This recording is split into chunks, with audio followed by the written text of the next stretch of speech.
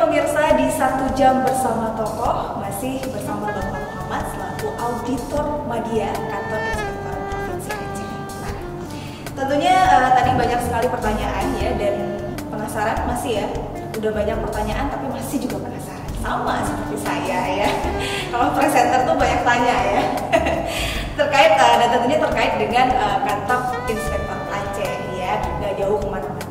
Dan yang pasti kalau misalnya dibilang keunggulan tadi sudah, terus juga program kerja yang juga begitu luar biasa dan sudah dipersiapkan matang-matang ya di 2019 ini. Semoga tetap tercapai, terus dilaksanakan dengan baik pastinya, mulai dari controlling dan juga monitoringnya. Dan pastinya ya kita juga ingin tahu ya Bapak, bagaimana sih kalau dibilang terkait dengan sekarang tren sekali yang namanya era revolusi 4.0 ya, 4.0. Mungkin pemirsa juga udah pada tahu ya bagaimana teknologi itu sangat canggih ya. Sekarang sudah mencapai angka 4 loh ya, 4.0. Nah, jadi mungkin dari kantor inspektorat ini sendiri, adakah sistem-sistem yang update gitu atau mengikuti era revolusi gitu?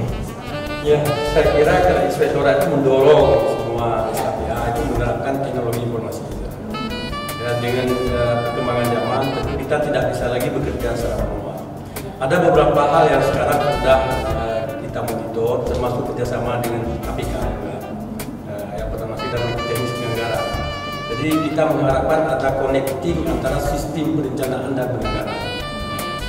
Ini yang sedang kita benahi sekarang, yang sedang kita dorong supaya tidak lagi dalam melakukan sesuatu proses perencanaan terhenti di satu sistem, tapi harus terconnecting dengan mekanisme penyelenggaraan. Nah, ini kita sudah dipantau juga oleh KPK untuk menerapkan sistem konektivitas antara perencanaan dan penyelenggaraan. Kalau ini nggak terjadi, ini dikhawatirkan potensi terjadi penyimpangan tinggi dari segi aspek perencanaan. Bisa saja yang direncanakan arahnya ke timur, ternyata begitu kita mengarahkan ke dalam mekanisme penyelenggaraan lari ke hal lain. Kalau sudah terjadi connecting dengan dikontrol oleh satu sistem informasi yang bisa kita akses secara cepat, saya kira ini peluang-peluang untuk terjadi penyimpangan seperti ini akan terhindari. Nah, kemudian juga inspektorat sangat mendorong semua perangkat SKPA dan juga pemerintah Aceh untuk menerapkan sistem pengendalian internal. Sistem kendali internal. Jadi sistem kendali internal itu juga harus menggunakan teknologi informasi supaya proses kontrol itu semua bisa kita lakukan secara cepat. Nggak mungkin lagi kita bekerja secara manual dengan zaman yang sudah secanggih ini sekarang. Di provinsi lain sudah melakukan upaya-upaya yang lebih ini. Saya pernah pengalaman di pemerintah Aceh, seperti yang saya ceritakan tadi, saya pernah memimpin Dinas Pendapatan dan Kekayaan Aceh 3 tahun lalu. Pernah saya upayakan untuk penerapan teknologi Samsat Online. Samsat Online dan sekarang itu menjadi suatu kemudahan bagi masyarakat.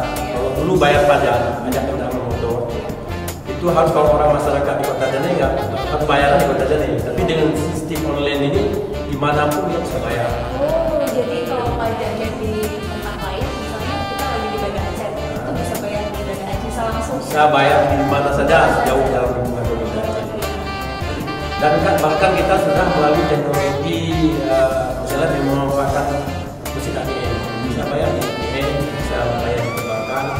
Ini kan satu upaya untuk mempermudah jangkauannya di masyarakat, untuk supaya masyarakat tidak menyelesaikan kewajiban perpajakannya bisa dilakukan secara mudah, tidak perlu memanfaatkan jasa calo. Iya, benar. Dan dengan kontak fisik sudah semakin kurang, ini kan potensi terjadi high cost ekonominya semakin kecil.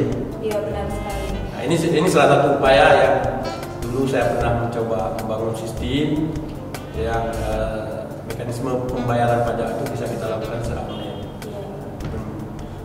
Di semua kantor Samsat di Aceh itu bisa diselesaikan dengan mekanisme pembayaran secara online. Iya, berarti sudah diberlakukan seperti itu semua ya sampai sekarang sudah. Ya, kalau untuk Samsat dari tahun 2015. Oh, 2015 ternyata sudah Samsat sudah memberlakukan online ya. Luar biasa sekali, ternyata Samsat lebih update lagi. Nah, kalau inspektorat sendiri berarti di sistem Kalau inspektorat itu kan untuk internalnya kita sudah berupaya juga, misalnya bagaimana menerapkan teknologi informasi untuk memonitor temuan tindak lanjut dari temuan yang ditemukan. Itu dengan kalau temuan itu kan akumulasinya dari tahun ke tahun semakin banyak. Tentu kita harus ada punya alat kendali dengan secara aplikasi juga, bisa kita mengolah secara manual. Nah ini sedang kita kembangkan, mudah-mudahan ke depan nanti ada permasalahan tidak hilang dalam perjalanan. Kita inventarisir dan kita harus memonitor secara akurat bagaimana bentuk-bentuk penyelesaian dari permasalahan yang ditemukan dari jadi sudah ada upaya-upaya untuk mengarah penerapan. Kalau di lingkungan pemerintah Aceh juga masalah pengelolaan keuangan itu juga sudah ada media aplikasi juga yang bisa mempercepat proses penyelesaian pencairan uang misalnya. Pengerahan itu ya sekarang kan ada batasan waktunya, nggak boleh berlama-lama lagi. Kalau dulu mungkin untuk mengamprah uang itu butuh waktu sampai seminggu. Nah sekarang dengan teknologi informasi kita tinggal hitungan jam aja udah selesai. Bahkan di pemerintah Aceh sekarang sudah menerapkan sistem transaksi non tunai. Jadi kalau pembayaran itu nggak lagi dalam bentuk uang tapi langsung transfer aja. Itu kan memudahkan orang melacak kemana aliran uang. Itulah sistem teknologi sekarang udah canggih sekali ya. Ya harus kita ikuti. Iya benar sekali. Dan kalau dalam seni pemeriksaan itu apakah dilakukan sistem online? Sebenarnya untuk menuju ke situ sudah terpikirkan, tapi itu kan seperti yang saya jelaskan tadi SDM kita masih belum cukup mencukupi untuk menuju ke arah teknologi yang diperankan oleh negara-negara maju. Kalau di negara maju kan oke dengan tidak harus bertemu secara fisik, dia bisa mengambil data secara elektronik, dia bisa menganalisis data-data. Nah untuk menuju ke situ belum sampai. Tapi akan ya? Ya harusnya ya. Itu teknologi perkembangan zaman kan menuntut kita untuk tidak harus stagnan, kita harus berpikir untuk menuju ke hal yang gimana. Iya benar sekali, apalagi itu memudahkan ya, karena tidak perlu lagi bertemu orang ya. Walaupun parsial, kadang-kadang ada seseorang yang punya kemampuan ini, dia sudah melakukan. Misalnya dalam pemeriksaan dia nggak perlu lagi minta data, tapi bisa akses langsung ke dimana web objek yang dilakukan pemeriksaan.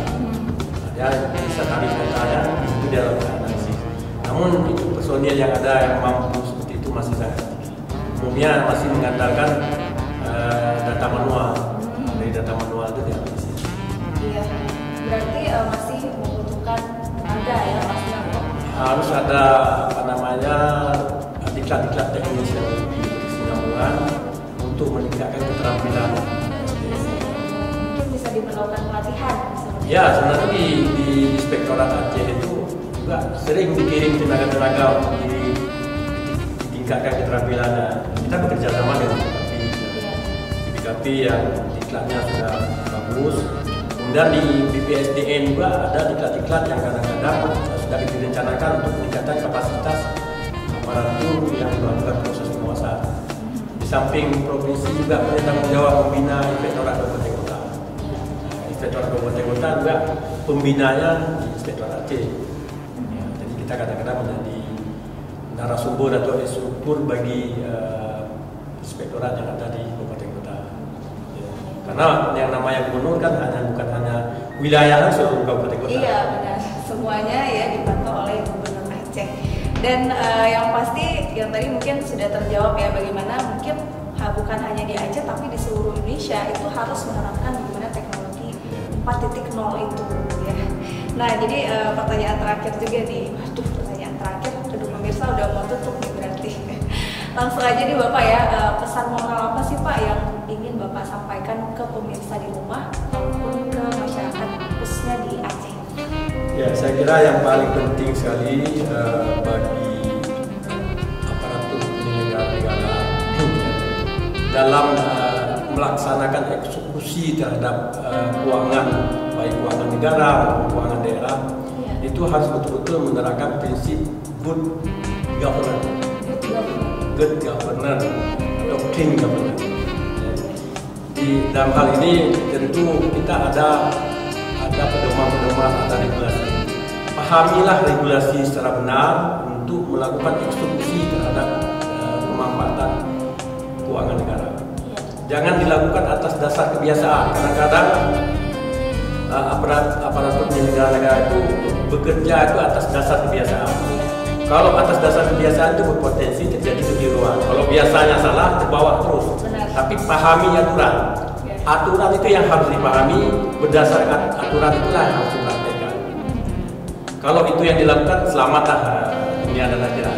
Tapi kalau melakukan sesuatu atas dasar kebiasaan, bisa jadi kebiasaan itu salah. Tidak selamat dunia akhirat. Tidak selamat dunia akhirat.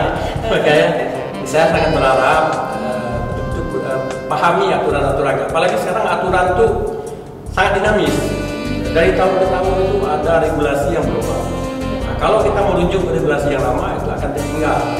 Nanti akan terjadi bermasalah. Jadi ikuti perkembangan regulasi yang terbaru, pedomani regulasi yang terbaru, sehingga betul-betul kita bisa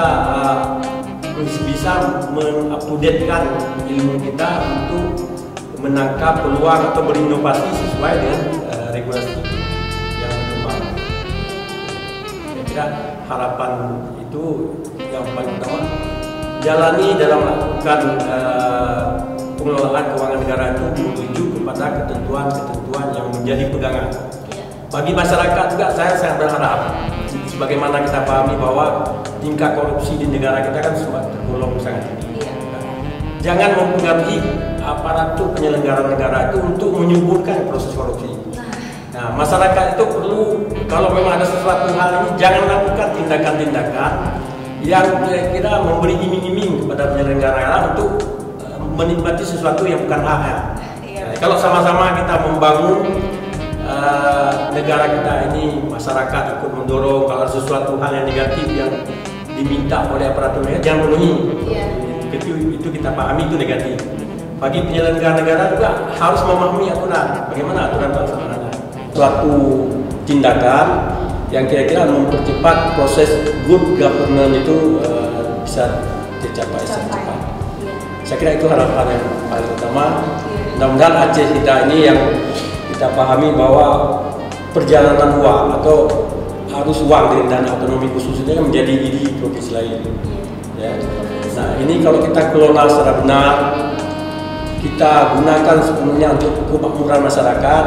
Kita masih punya jatah dana khusus sampai tahun 2027. Sampai tahun 2023 ini kita masih jatah 2% dari DAU nasional. Kalau sekarang ini kita dapat jatah lebih dari 8 triliun. Dari tahun 2008 sampai dengan 2019 sudah di atas 72 triliun kita dapat uang. Mudah-mudahan uang yang sebegitu besar itu untuk ke depan itu bisa kita manfaatkan untuk betul-betul mengarahkan program dan kegiatan untuk mencapai kemakmuran masyarakat. Tidak hal-hal yang terjadi inefisiensi di situ. Saya kira itu harapan yang paling luar biasa sekali. Mungkin itu adalah harapan yang cukup luar biasa sekali, di mana tujuannya adalah untuk memakmurkan rakyat Aceh, ya, dimana jangan sampai ada yang tergiur dengan hal-hal yang tidak diinginkan, yang diinginkan tapi tidak diinginkan oleh masyarakat Aceh pastinya, ya. Dan yang pasti pesan moral tadi tentunya sangat bermanfaat bagi kita semua, tentunya bagi pemirsa dan juga rakyat Aceh khususnya, ya, dimana kantor inspektorat ini sangat benar-benar sangat bermanfaat dan juga berfungsi, ya, untuk lembaga lain, dimana untuk memonitoring, ya, dan juga melakukan controlling juga terhadap lembaga-lembaga lain tersebut, ya. Dan tentunya pemirsa, berakhir sudah, ya, acara bincang-bincang kita bersama dengan Bapak Muhammad, ya, dari kantor inspektorat provinsi Aceh, ya. Kalau gitu langsung aja, ya, dari UBO TV, saya Syarifah Ainal dan juga Bapak Muhammad, ya. Kami undur diri dan juga seluruh kru yang bertugas.